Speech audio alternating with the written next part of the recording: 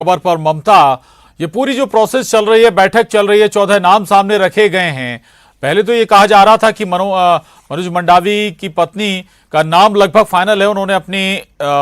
नौकरी से भी त्याग पत्र दे दिया है। तो फिर ये केवल कवायद है दिखावे के लिए या वाकई में कुछ है ऐसा? बिल्कुल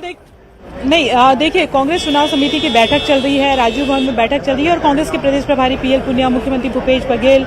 मोहन मरकाम पीसीसी के जो अध्यक्ष हैं वो तमाम लोग मौजूद हैं, चुनाव समिति के सदस्य मौजूद हैं और एक प्रक्रिया होती है। और जिस तरह से पीएल पुनिया ने हमने बात की थी और उन्होंने बताया कि प्रक्रिया एक होती है, तो प्रक्रिया पूरी करनी पड़ती है और ऐसे में कई इच्छुक लोग होते हैं जो एक नाम जो है वो लगभग ऐसा माना जाता है कि सबसे मजबूत नाम है, मजबूत दावेदार है, लेकिन उसके बाद भी बाकी लोग अपने नाम देते हैं और इसी कड़ी में करीबन 11 लोगों के नाम जो है वो सामने रखे गए हैं और इन पूरे नामों का पैनल बना के भेजा जाएगा। हालांकि ये जरूर है कि सावित्री मंडावी लगभग तय मानी जा रही हैं, क्योंकि जो स्वर्गीय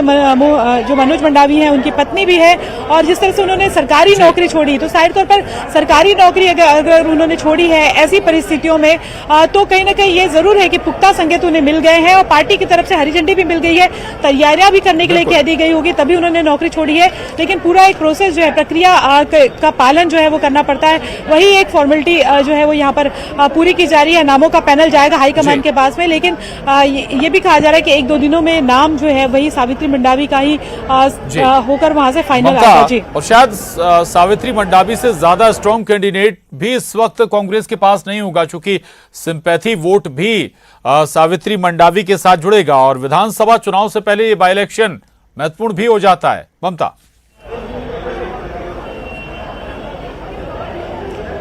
बिल्कुल, देखिए, अगर हम बात करें तो चाररमा और कांकेर जो जिला है उसको बस्तर का एक तरह से कहें कि प्रवेश द्वार माना जाता है। भानु प्रतापपुर जो है वो और काफी इम्पोर्टेंट है। तो ऐसे में अगर बात करें तो ये चुनाव काफी मायने रखते हैं, जब मुश्किल 1.25 साल के करीबन या साल भर के करीबन विधानसभा के चुनाव जो हैं वो बचे हुए हैं। ऐसे में ये जो उपचुनाव है वो काफी मायने रखता है। मनोज मंडावी जो है वो काफी जाना पहचाना नाम थे वहां पर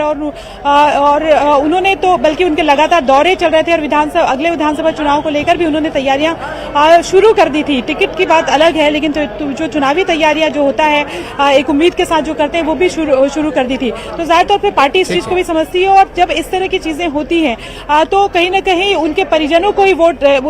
टिकट देने की कोशिश की जाती है, क्योंकि वाकई इस तरह के इस तरह के उपचुनाव होते हैं उसमें सिंपैथी वोट एक बड़ा जो है वो मायने रखता है और असर भी डालता है नतीजों पर। तो जाहिर तौर पर सावित्री मंडावी का नाम भले ही 14 नाम सामने आए हों, लेकिन ये मानकर चलें हम कि जो तस्वीर साफ होने वाली या फिर जो चेहरा होगा बाई इलेक्शन का वो सावित्री मंडावी ही होंगी।